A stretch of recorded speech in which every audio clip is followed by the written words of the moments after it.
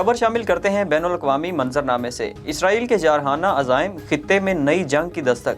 Israeli फ़ौज को Iran पर हमले की तैयारी करने का हुक्म। इसराइली वज़ीर दिफ़ा का कहना है, हमले के बारे में अमेरिका को आगाह कर दिया। इसराइली अखबार के मुताबिक अमेरिका ने खामोश रजामंदी ज़ाहिर कर दी है।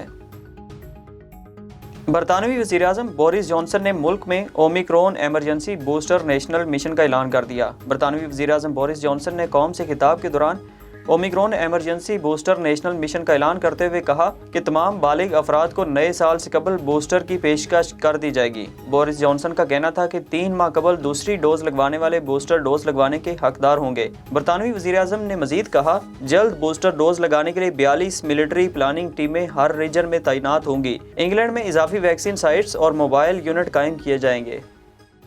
अमरीकी रियासतों में आने वाले तूफ़ानी बगोलों ने तबाही मचा दी। मुसोला अदादो शुमार के मुताबिक गुज़िश्ता रात से अब तक तकरीबन 94 अफराद हलाक हो चुके हैं, जबकि लापता अफराद की तादाद के मुतालिक हतमी तौर पर ताहाल कुछ भी कहना नामुमकिन है। मीडिया रिपोर्ट्स के मुताबिक अदादो शुमार के मुताबिक सैकड़ों मकानात मिस्मार हो चुके हैं।